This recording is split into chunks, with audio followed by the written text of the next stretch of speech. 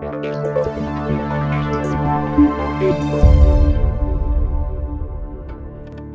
everyone, welcome to the Stride to Freedom podcast. My name is Russell Benaroya, and I'm the co-founder of Stride Services, a virtual back-office bookkeeping and accounting firm serving hundreds of clients around the United States. This podcast is designed to help small business owners focus on growth and innovation. In other words, focus on those things that inspired you to start your business in the first place. We call it your genius zone. We do our job on this podcast when business owners feel like they have the trust and confidence to build the right team of partners around them that will help them grow. Thanks for joining. Let's go.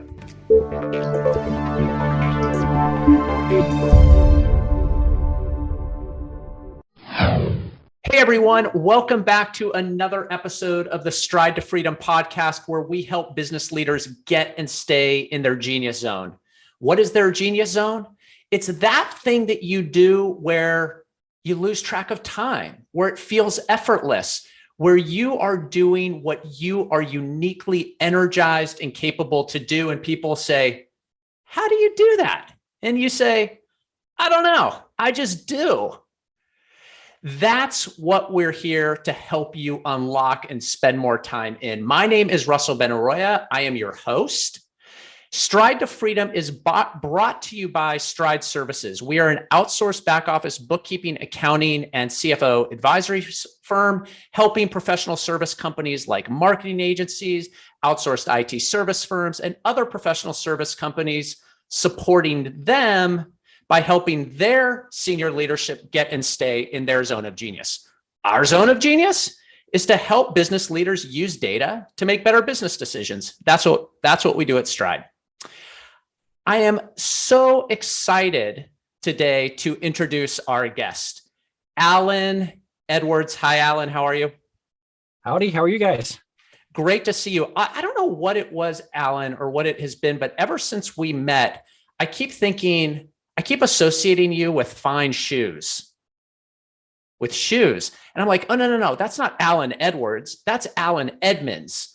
But for some reason, your combination of fashion has triggered me thinking about shoes. I've been like, Alan Edmonds, Alan Edwards, own it.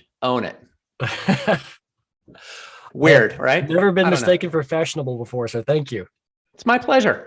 The reason that I wanted Alan on the show today is because he started in the IT services industry when he was like 5 years old. I don't know if it was when he was 5 years old, but he has been at this for a long time. And what's awesome is that he has seen the journey of outsourced IT services firms from break fix to managed service. He was a pioneer in that industry.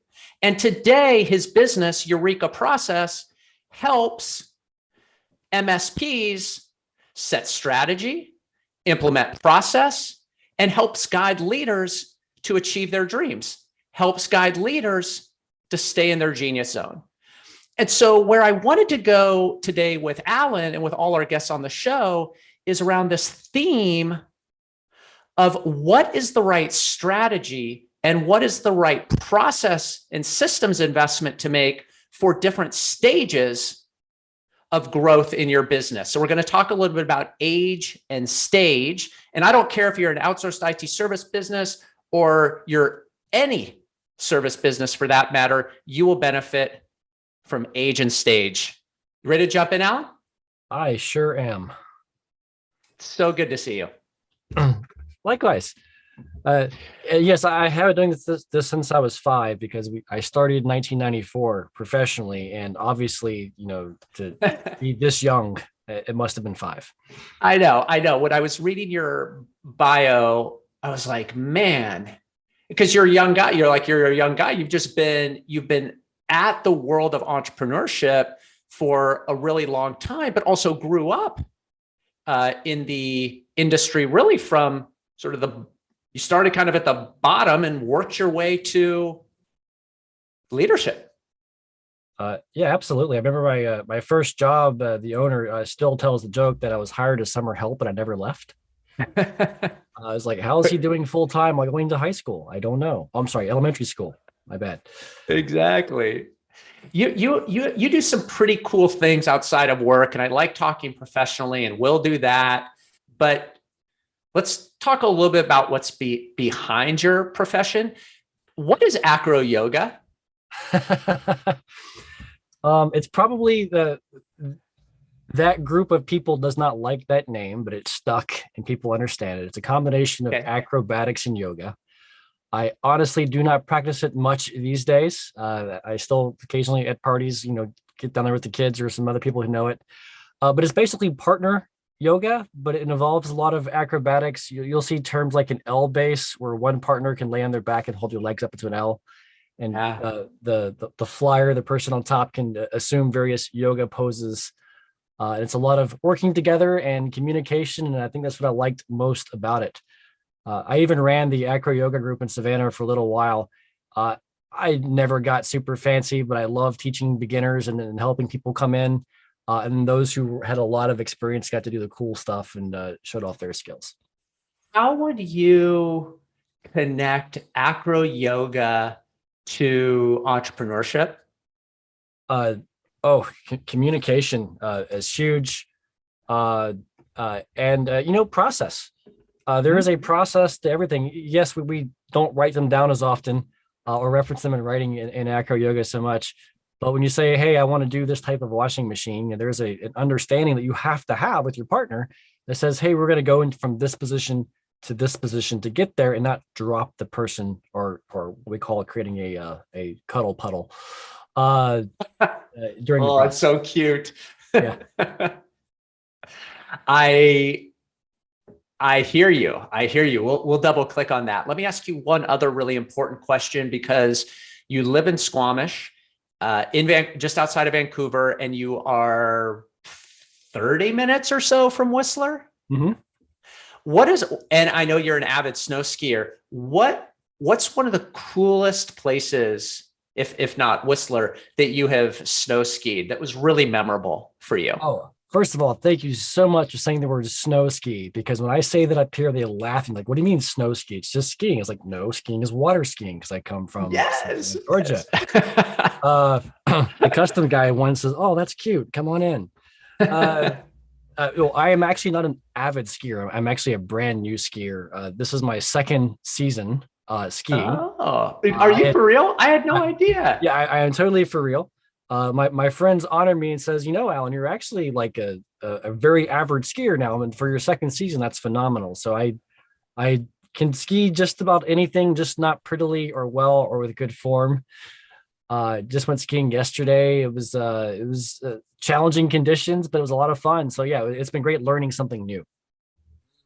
That's great. And as opposed to learning skiing when you're a kid, where you're lower to the ground, your center of gravity is a little lower, you're willing to take more risks, to learn as an adult on skis is courageous. Yeah, there are 3-year-olds who can barely stand up who are out skiing me, and they come by in packs. Totally. That's awesome. All right. Well, listen, let's jump in. I want to hear more about Eureka Process and how you got started, why it matters. Give us the background, and then we'll dive into age and stage. Ooh, maybe I love being vulnerable, and it's one of the things that I teach, that if you can be vulnerable in a business setting, you can create trust and help other people be vulnerable and earn and create trust. So when I first started this business, I was actually homeless on the streets of Mexico. I had just left a successful job in leadership and went on walkabout. Didn't really have any income. I was doing some social media management, but not enough. Was running out of money. And then a good friend of mine in the IT industry says, hey, I have this client who could use some tech help. And I said, great, I'll do that. And, at the time it was paying me like $30 an hour, in which, given my costs were so low, it was like, wow, this is amazing. But within 3 months, that relationship had changed dramatically. Not only did the tech stuff get done, but they were asking a lot of questions like, hey, you've done this stuff with an IT firm before. What did you do with this? How did you set up the PSA? And that's when I realized that, wait a minute, in my own business before, leading 2 others in leadership positions, I have done this before. And frankly, the formula to success looked pretty darn similar. And so I started applying those principles to that client, picked up a second client, developed the brand Eureka Process. from a different corporation it was before. So that's the really early roots, is having that epiphany that, wait, I do know what I'm doing. And it was an amazing transformative time. And I love hearing it from the eyes of my partner, because I actually met her during that time. I was like, why did you like start dating this homeless dude? But she claims she won the lottery. I don't know if it was a good lottery or bad lottery, but just to see us building from that first client to the second client to now dozens. What was that client asking for from you? Well, initially they just needed additional tech help. And I still had good troubleshooting skills, even though I was a little rusty on the tech side, because I've been in management for so long. And it was exactly what they needed. They were a very small firm. But as they started asking more questions, it was like they would say things like, "Hey, you know ConnectWise, right?" It's like, "Sure." How do you do this? I was like, "Well, first of all, I wouldn't do it that way. I would do it this way, and this is why." Like, oh, okay. Then a few more of those questions, and I'm like, "Well, you shouldn't start executing these things in your tools until you have a process behind this, so that we all know what to expect from the inputs that we give it, what output we're supposed to get." And that just kept developing until it became all process based. It was a full-time job, developing processes, teaching the team, and setting up the tools to follow the process. And I had no time left for technical work. Mm-hmm. Mm-hmm. What did that time in your life do for you as far as crystallizing the outlook around where you wanted to open up the next chapter and move from what sounded like I'm going to make an assumption, right? My story, right? A difficult period of time in your life to this new purpose. Was it like a light bulb, or was it just organic and it kind of unfolded? What happened? Part of it's just magnetism to what you know. Yeah. I had connections in IT because I had done it for 20 years before. Again, started when I was 5. Yeah, right. So I had done it 20 years before. I obviously had the expertise, and then it was a light bulb, a eureka moment for me to realize that, honestly, to acknowledge and honor the fact that I did have the expertise. So many of us think that we're imposters in our own skin, and of course, there's also that personal growth thing. And my move to Mexico was a bit intentional. I wanted to reduce cost. I wanted to start fresh. I wanted to start clean. I do not believe in escaping your problems, because usually the problem is you, and you happen to be there wherever you go. But I was intentional about what I was doing and why I was doing it there. And it really emboldened me to always do the right thing, because what's the worst that could happen? I'm living in a warm place with warm rain, even if I don't have a roof over my head, where fruit can grow around you. And my cheapest month there was $300 spent in the entire month. What's the worst that can happen if you make a mistake in business? Don't fear mistakes. Don't fear being wrong. Decide, execute, adapt. And that, I really think, gave me the energy that I still carry forward today when I'm talking to clients about decision making and fear of mistakes and how to lead people. Is, be brave, be bold, and honestly, what is the worst that can happen? I love it. What year was that when you were in Mexico? 2017 is when I moved to Mexico, I believe. Okay, 2017. So really just four to 5 years ago. A lot has happened. A lot has happened since the Eureka moment. Tell me about Eureka Process today. Where are you at today? Who do you serve? And what is it that you offer broadly? So people hate this term. We are business consultants, but we focus. I know, exactly, and we focus on IT businesses. Why? Because we have that wealth of experience specifically in IT. So why just tell you how to run a business when we can say, these other practices have been done and worked this way in the past. So that's definitely a value add for everybody. My favorite thing to brag about for Eureka Process is that we now have a team size of 7. From the early days, we've roughly doubled team size every year. And for all you entrepreneurs who go, "Oh, that sounds painful," you're right. It's been a lot of fun. I have a great team, but every time you double something, is a lot of complexity to figure out.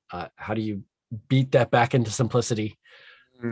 How do you spread the word even more firmly and more committed as they get further and further removed from the original Genesis?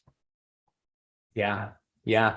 But let's not, or not, but, and let's double click on consultants, because there are a couple of pieces to how I think about you. There's this strategy piece, and I want to talk about strategy because I think you have a really thoughtful approach to applying the right strategy at the right time for the right stage. So I want to talk about that. And then I also want to talk about some of the tactical and technical help that you provide. So it's one thing to develop strategy. It's another thing to execute the process and systems to help that strategy unfold. Let's talk about strategy first. What does that mean to you, and how do you guide your clients? Strategy boils down to two things. One is having a system and a reason for strategy. And the other, and I hate when I give numbered lists, I always get the number wrong when I start talking. And the second is, from a consultancy standpoint, is great meeting facilitation. It's really a very separate skill that happens in a lot of our meetings where, for those of you using other consultants, hopefully they're providing this for you. It's how do they run a meeting? Hopefully they're not telling you what to do. And hopefully they're not also just actively running you through the system, whatever that system is.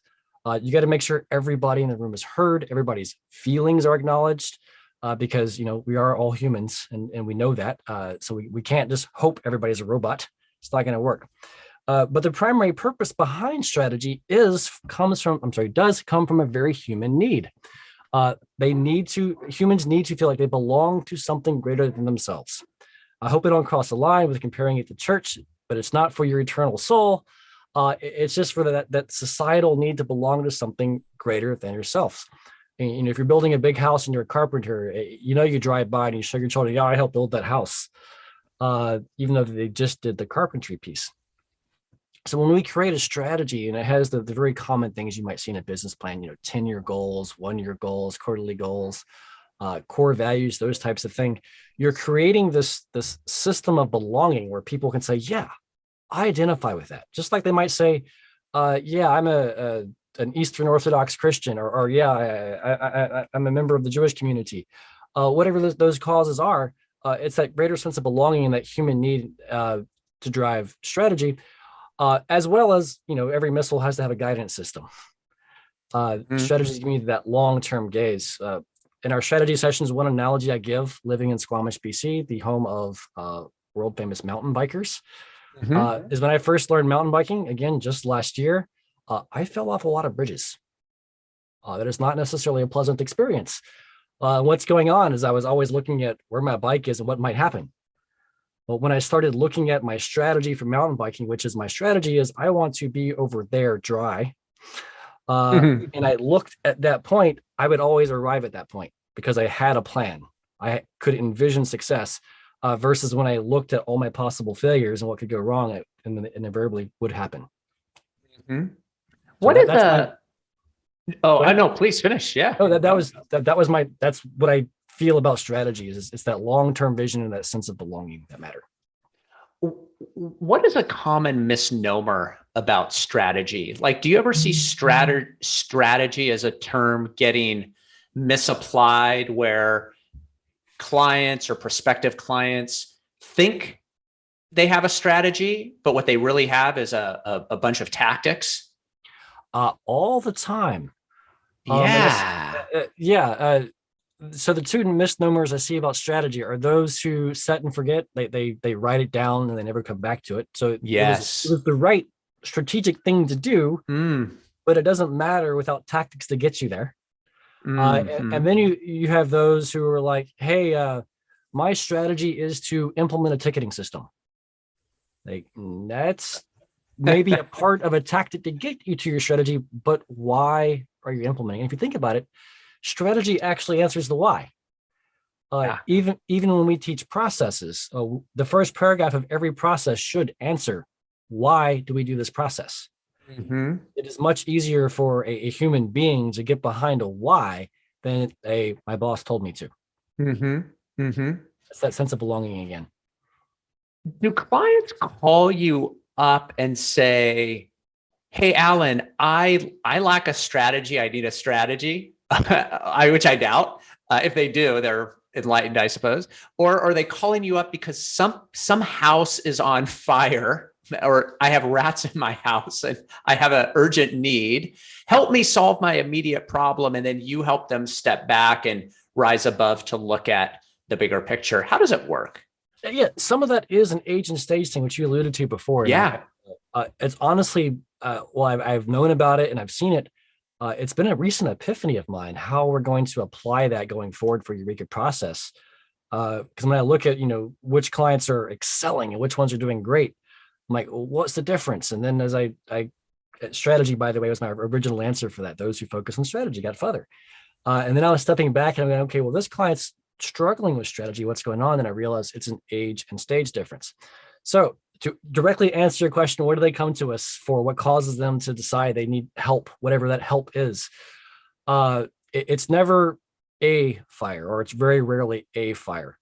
I have to acknowledge that anybody who calls a consultant is probably suffering from success, right? They're usually not struggling. They're usually not poor or losing money all the time.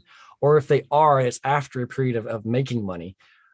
It's that they've arrived. They have aged to the next stage, and that stage is requiring a different skill set. They don't quite know what's going on. Like, hey, I grew my business from one person to 5 people. I went from making 100K to making 800K or $1 million, and I don't like life anymore. What's going on? There's something different that needs to happen. And that same conversation happens at different levels and different employee counts and revenue. There's some transition that has to happen that we were not built with. And that's when we seek outside help. So they might be addressing multiple fires. Like, what are the two that I hear commonly? One involves the word fire. I'm tired of fighting fires all the time. Constant emergency mode. Or a little more derogatory one is like, I'm tired of babysitting my employees. Aren't they professionals? And I hear that over half the time. What's going on? What's different? And then that's what I hear when they call. Mm-hmm. Mm-hmm.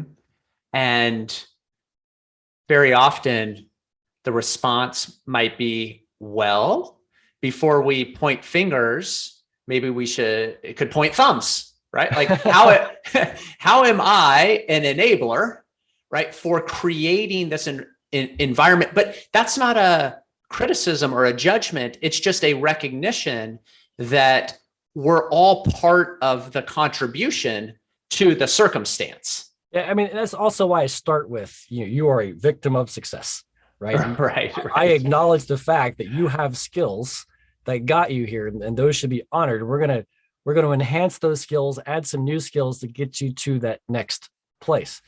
Because no matter what you are doing, you are an enabler. It's about what you choose to enable that we need to apply that. And that comes back to that humanness piece.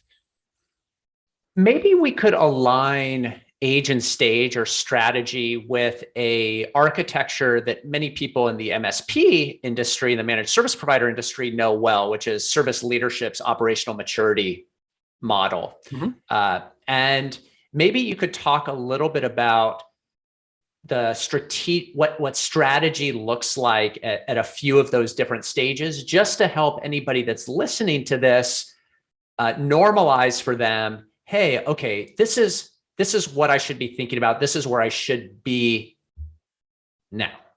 Right. Great. And I do not have SLI's OML model memorized, but I do have a lot of the generalities in my head. Yep. I actually quote it often in pieces that I've heard.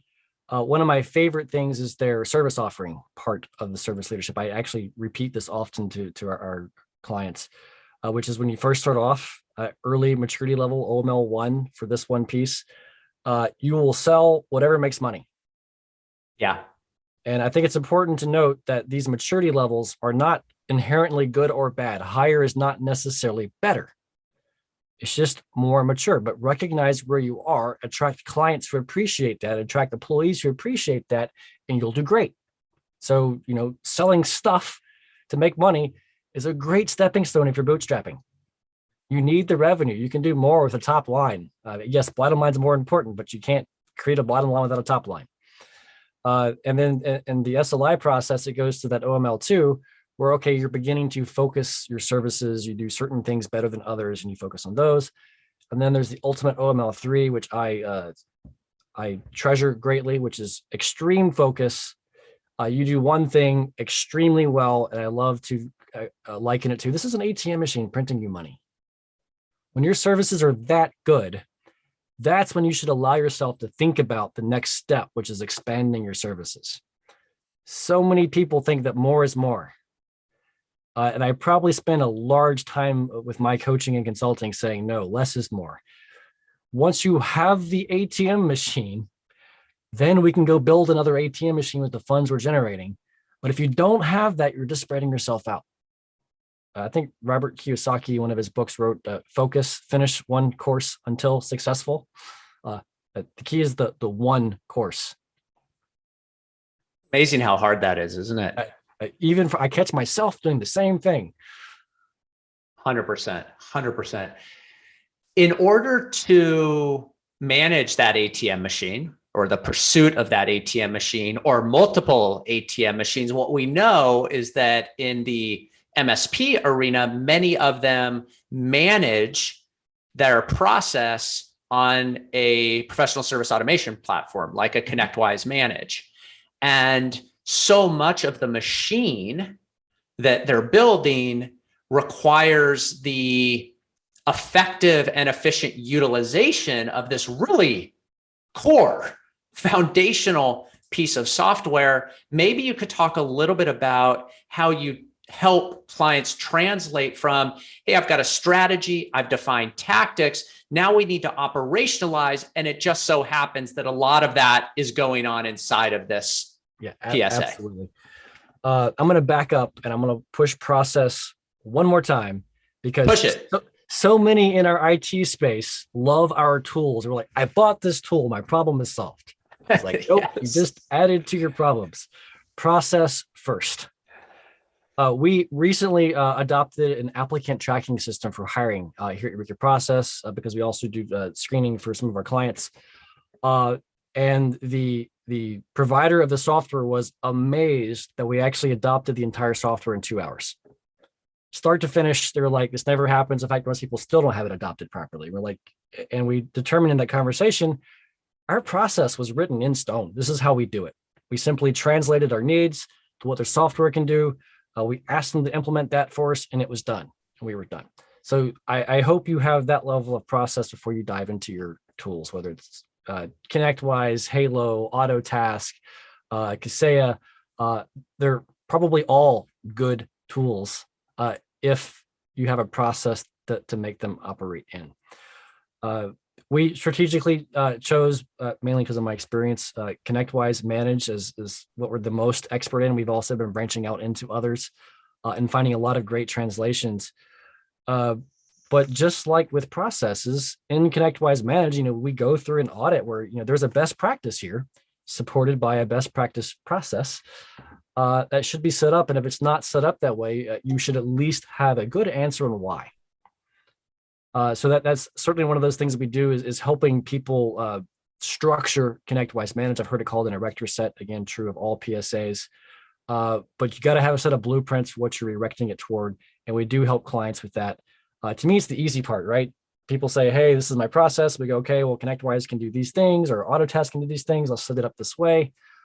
And some clients come to us for that first, and then we have to work our way backwards, which is, okay, well, why are you setting up this way? Well, that's how we sold the agreements. Well, this is a better way you could sell your services.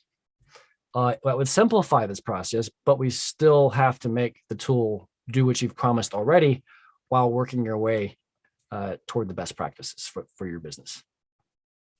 And then how do you measure your impact on a client? The cheating way, the lazy way to measure impact is a combination of how long they stick with us and why. Okay. We still have our most of our clients. We're only 5 years old, so maybe that's not a huge feat. But but we still have most of our clients, and then some will say, well, so they need you the whole time. So once they stick with you, they're stuck. That's not the case. What happens is, hey, this worked well. We solved a problem. Maybe they called us for a finance related problem or a marketing related problem. So now let's go apply this to another area. And so many people end up actually maturing out through the age and stage where they end up keeping us around for meeting facilitation. Like, look, no matter how well I know this process, when I speak, I'm the boss. They go, yes, sir, or yes, ma'am. With you in the room, they can hear it coming from you. You can silence me if I'm talking too much. So there's always a reason. Of course, also company growth. One numbers I had pulled up for me today is one of my earlier clients started off with 5 people, $600K in revenue. That was about 4 years ago, and they're at over 25 people and $6 million in revenue. Now, did I do that? No. Was I a part of that? Absolutely, as was the rest of my team. It's always tricky. I love stats because I can always tear them apart. There's always an opposing stat.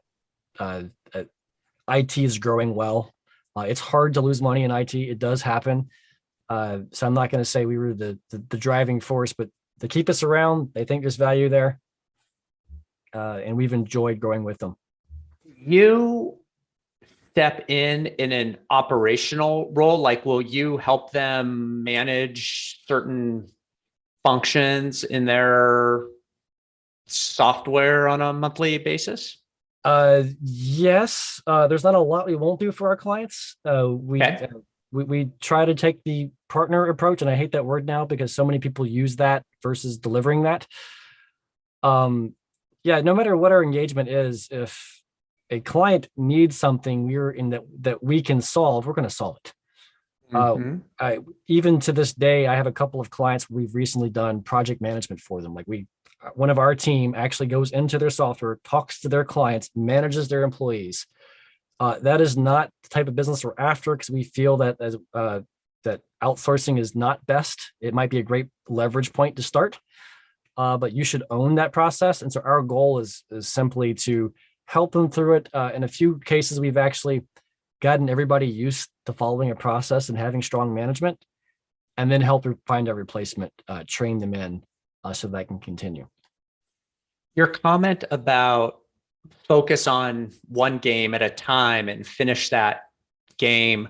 What is yours? What is your game? And what do you say no to? Because you could say yes to a lot of things. I mean, once you're in there in that trusted capacity, you're really a great utility player is how I'm receiving you. But is there anything you say, you know what?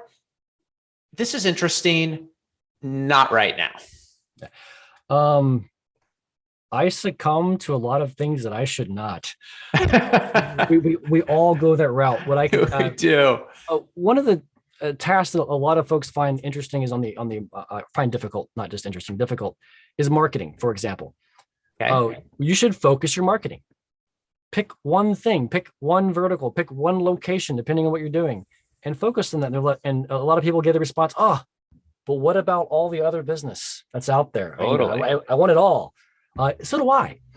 And what I have to tell them is that it doesn't mean you can't do the other stuff, but your marketing should be focused. You'll be more successful focusing on that one thing, taking the others that come to you.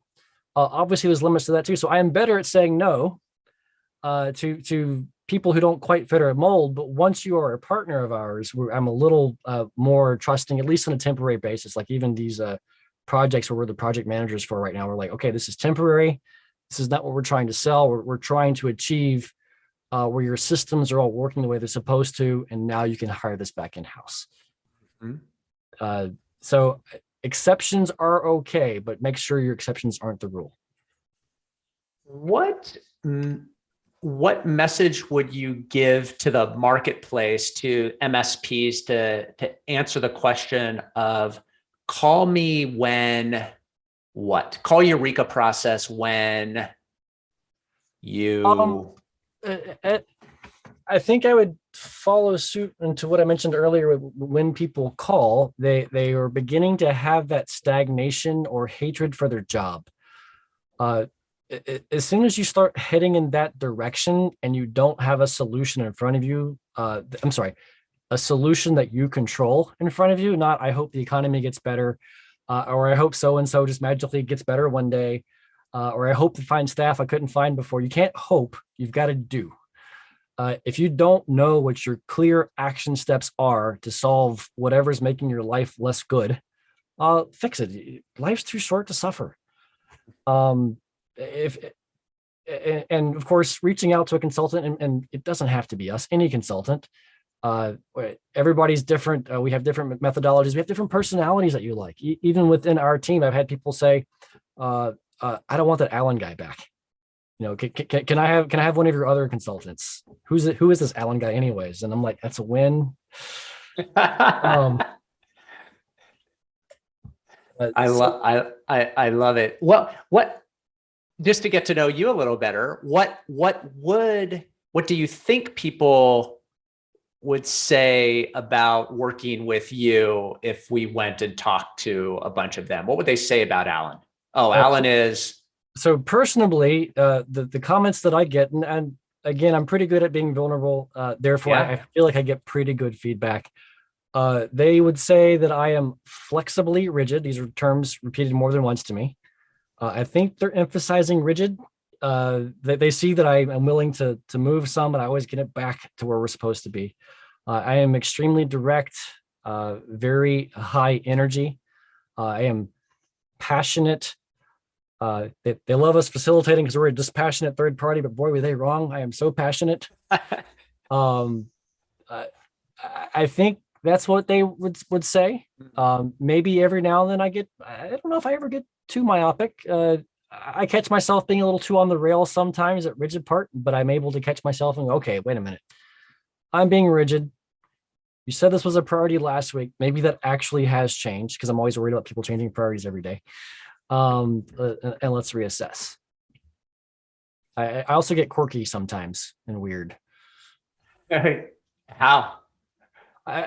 Maybe it's the hair, which, by the way, my entire professional career, my hair was very short. Then COVID struck and I stopped getting haircuts or traveling. We'll see. We'll see if the hair survives because my first trip in over 2 years is in 2 weeks. Awesome. What have you learned about yourself through this journey of starting and growing Eureka Process? I think number one would be patience. Again, you can't just wait for things to change. You have to take control. I've always been a self-destiny person, so that's not new.